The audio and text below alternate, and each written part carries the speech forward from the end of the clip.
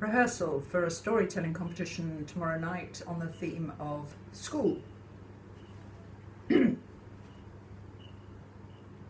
Memory. 1961, aged 4. I got my dead socks on my head because I've been the brown bear in the school play.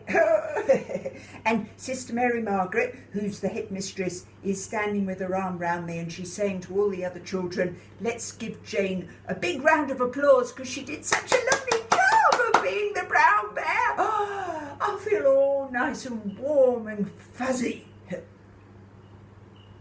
1968, memory, aged 11. I'm at boarding school, in a convent. I'm in a classroom. The teacher is a 17-stone nun who's 5'2", has got halitosis and a piece of white spittle that goes from the bottom lip to the top lip to the bottom. And she's trying to teach me articles. I'm the only one in the class that can't speak French.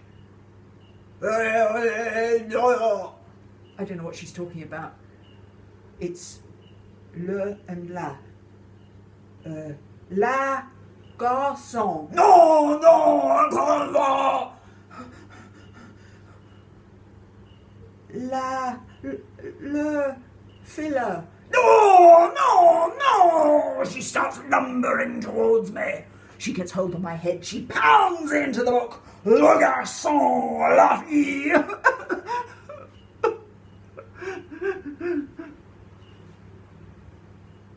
Memory, 1970, age 13. I've been asked to read in church. I'm a little dyslexic. And now Father will constipate the bread and the wine. Gentle hand on my shoulder. Jane, shall we let Jennifer do the reading? All right then. 1974, age 17. Different school. I've been asked to read. It's Easter. I'm the deputy head girl. I've only been here a year. That's pretty good going. So I walk up onto the stage. 700 pupils sitting in the assembly hall. Teachers lined both sides of the room. The headmistress sitting at the front. I pick up the Bible. Today, I take a reading from the Bible to celebrate in preparation of Easter, taken from Luke chapter 24. Jesus' erection into heaven. Gentle hand on my shoulder. Jane, did you intend to say that? No! I've never even seen one of them. We didn't have them at the convent. Memory. 1988, age 31. A friend of mine that never went to a convent school says to me, can I come to church with you? Of course you can, says I. But what you need to understand, I say to my friend, is that I like a really traditional service. It's really quiet. It only lasts about 30 minutes. There's no sermon or singing, and everyone's over about 90, and it's very, very quiet. She goes, that sounds great. So off we go to church. We sit down, but what we don't realise that on that particular Sunday, there's a new vicar. Good morning, everybody, and welcome to St. Cuthbert's. How very nice to see you. Lovely to see you. Now, I know we don't normally have a sermon, but today we're going to break with tradition, and I've bought my whiteboard.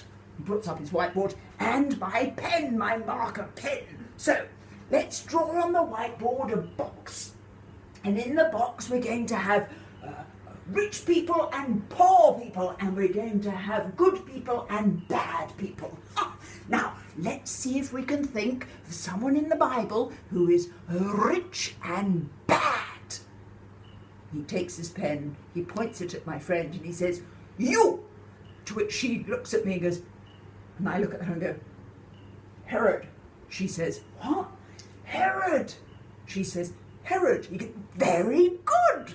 Then we move on a bit more and he says, now, I know everybody, we don't normally sing hymns, but today I brought my guitar with me. So let's all stand up, we'll have a rousing chorus of the Lord of the Dance. And he stands in the middle of the aisle and he starts going, dum, dong, dong, dugga, dugga, dong, dong, dong, dugga, dugga, dong. To which my friend looks at me and goes, I thought you said...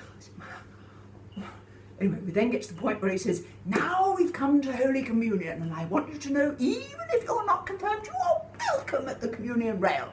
Just come on up and put your hand across your chest like this, and I will know to give you a blessing. So I say to my friend, here, come on up and have a blessing. She says, no. And I said, no, come on, it'd be really good. It's good to get a blessing. And so she goes, all right then. So anyway, we both go up. I get my communion and she gets a blessing. And what we hadn't remembered was that there's another part of this, you see, where wine comes along. Well, my friend likes wine, so I say to her, you're not allowed to have the wine. She looks at me and she goes, all right. Anyway, we get to the wine and I hear this little noise beside me that's going, and I open my eyes and have a look, and she's there, and the guy with the chalice is trying to find her mouth, and she's trying to go, and I go, oh, no, she's not confirmed. To which the man on the chalice goes, oh. So she looks at me and she goes, oh, bloody hell. And I go, shh, we're in church. Anyway, as we go back to our pew, she goes, this is the last time I'm coming with you to church. And it was. Memory, 1988, age 41. Well, this is an example of how my schooling made me just blindly obedient. We're in St Etheldreda's, it's in England, it's morning communion, and it's 8 a.m. and I'm going up to the communion rail, and it's Father Murgatroyd. Now, Father Murgatroyd is an absolute sweetheart, but he is 90. He does like going down the pub the night before, so he's usually a bit hungover, and he's absolutely blind as a bat because he's got glaucoma and he can never find his glasses. So after a completely indecipherable reading from the Bible, we get to the point where he's going to give communion, and we can't quite see where he's got to put the wafer, so he sort of makes a rough guess, and and with luck I managed to catch the communion wafer.